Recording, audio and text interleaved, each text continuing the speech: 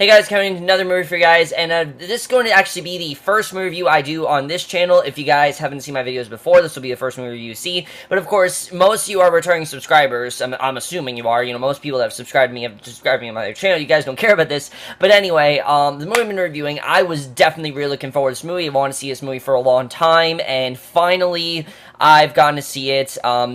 Actually, right before I got, my channel suspended, I was watching this movie, and I'm like, I can't wait to do this review. It took me this long to do it because, I made the whole channel and everything. I'm like, alright, I'll just wait, and finally I get to review it, and that is none other than Popstar, Never Stop, Never Stopping. I was really looking forward to this movie for several reasons. I mean, one, I love Andy Samberg in The Lonely Island. I think everything they do is great. Everything really is hilarious, and they really, honestly, are really genius. They're one of the best things to come out of Saturday Night Live in some time. That's why Saturday Night Live I don't think is as good anymore, because The Lonely Island's not really there. But I was definitely looking forward to this. I was really hoping for their sake it'd be really great. Also, Andy Samberg hasn't had the big comedy hit, and I was definitely hoping this would be.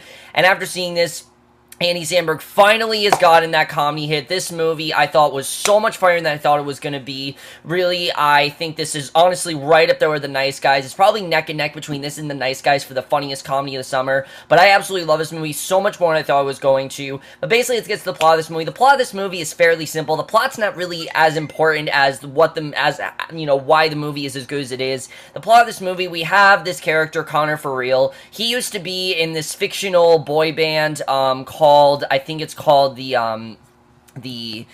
Swish Boys. I'm trying to remember exactly what they were called. The Style Boys is what they were called. The Style Boys. Ever since then, they have broken up because Connor went off on his own.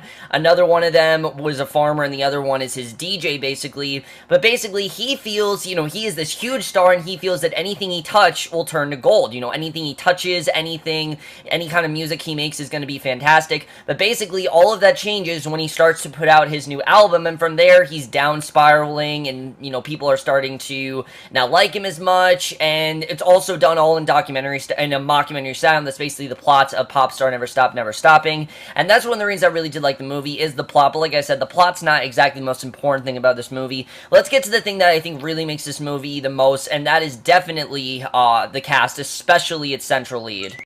Like I said, I'm a big fan of Andy Samberg. I think he's a very talented guy, and especially, after I watched him on the Emmys, I'm like, I want this guy to get a great movie, and, he's had a great TV show with Brooklyn Nine-Nine. I've heard it's a great show overall. Finally, like I said, he has a hit movie. I mean, he just gets this character down so well, Connor For Real. I think this is a fantastic character, and yes, it is very much parodying, Justin Bieber and other characters, and, other famous pop singers like that, but I think he did a really good job with that. I really love what he did with this role. Definitely, he was so funny at points. I mean, just watching this guy, honestly, like I said, he thinks anything he touches is gonna just turn to gold. So he keeps just making shit after shit, and then really, it's so offensive, but he doesn't realize how offensive it is. He's very naive. He's also really self-centered, but he doesn't realize how self-centered he's becoming, and I honestly did kind of feel bad for his character, because, he wasn't really like he wasn't really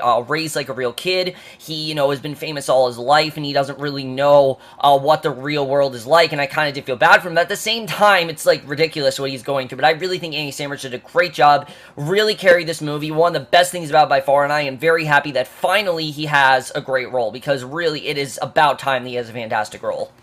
I think just as great, though, as Andy Samberg is Akiva Schaffer and Jorma Taishon. I think they both did a fantastic job in this, because these are the guys that do The Lonely Island with Andy Samberg, and you really do see the chemistry that they have, and I did kind of feel bad for the characters, because especially the character of Lawrence, who's become this farmer, and, I think a very good subplot that they did with him is showing, the creative struggle, and that he does all the work, but Connor gets all the credit, and you really do understand what he's going through as well. And also, Owen, this kid probably is the one that's getting the most shit on. I mean, throughout the movie, constantly, he keeps, getting changed from DJ to then having this robot head. I mean, it really is ridiculous, but these three really do work great together. I think they really did a great job, and really, I mean, it's great that they finally had a great movie. I think they all really did a great job. I thought they all were fantastic, and they don't get a lot of scene scare until the third act of the movie, but really, they all were fantastic, and really, especially with those two. I think they were just as strong as Andy Samberg. They really did a great job. I know a lot of people have been talking about Andy Samberg. Not enough people have been talking about them, but I really think those three,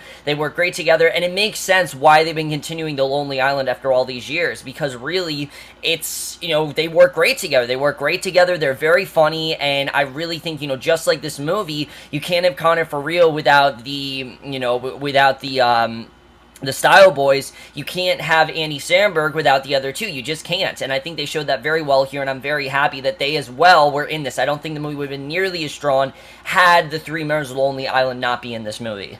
And then the supporting cast in this is really good as well. You got Sarah Silverman, who I think did a really good job. I'm not the biggest fan of her. I don't dislike her. I'm just not the biggest fan of her. Tim Meadows, I really loved his character. Thought he was awesome. He's kind of like the voice of reason, where even if something is going really bad for Connor, he's always trying to brighten up his spirit. But there's also this really funny subplot going on with him that I thought was very funny. And the amount of cameos they got for this movie is just insane. I mean, they got so many people here. You got, you know, you go all the way from Adam Levine to Michael Bolton to Simon Cowell to 50 Cent even. I mean, there are so many people they got for this movie, and it doesn't just feel like, oh, here's this cameo, here's this cameo. It feels like a real documentary, and it flows very well because of it, and that's something that I really enjoyed. Joan Cusack has probably one of the funniest parts in this entire movie. She has one of the funniest gags. I'm not going to spoil who she is, but she was absolutely hilarious. I love what she did.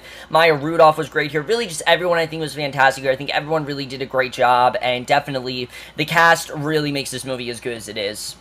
The directing here as well, this is also directed by Akiva Schaffer and Jorma Tasha, and I think they did a really good job with that, mainly because this was their idea. If you guys didn't know, this was all their idea. This was all the Lonely Island's idea. They wanted to be the ones to make this movie, and I think they did a really great job. The tone here is really silly, and you're not supposed to take it seriously, but you're also kind of supposed to take it seriously. It's kind of a commentary on, pop stars and how successful they are, and it's kind of supposed to be a documentary like Never Say Never, and I think they did a really good job with it. And the documentary style especially really does, you kind of understand where they're coming from. I think that was something I definitely really did enjoy. I think directing was really good. The screenplay here, oh my god, the screenplay is so funny, and I didn't say it before, but I really think this is Spinal Tap of the 2000s. I mean, this really is absolutely hilarious. So many funny gags. This movie, way too many in a name, but there are so many great gags in this movie. I mean,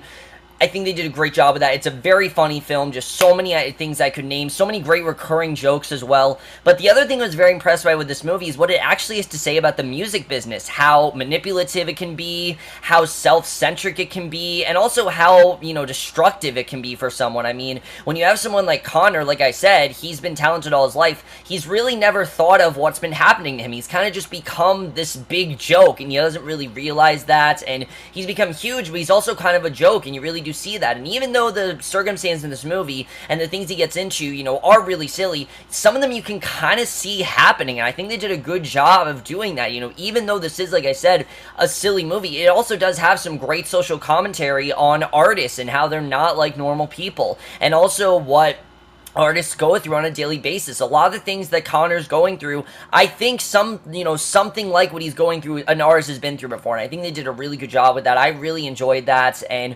especially in the third act of this movie, it actually does get quite dramatic at times, and I wasn't expecting that, but I really did enjoy how dramatic it got. I thought it was overall a really interesting story. I heard a lot of people say the story's very been there, done that, and yeah, we've seen the whole washed-up star before, but I think what this movie does is show why he is this way, and show what he really has to go through, and show the creative struggle that he has endured all his life. And I think they also did a great job of really getting in depth with his character and showing that he's really not a bad guy. He's just kind of been turned into this way, and I think I really enjoyed that. I thought that was really great, and especially the main message of this movie I think is really fantastic. I really love that, and that's something that I really thought was great, was the screenplay. I was very surprised by how good it was.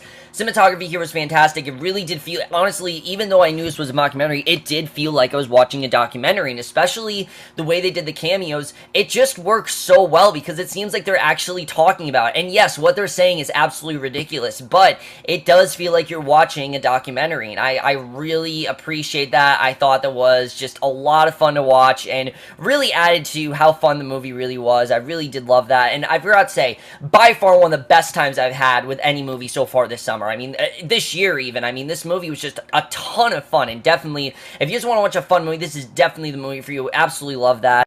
But also, I think one of the biggest highlights of this movie, one of the things I can definitely credit it, is the music. The music here is fantastic. Every song is a hit, and even though these songs, like I said, are extremely offensive, you're gonna have them in your head, especially a song about a Bin Laden.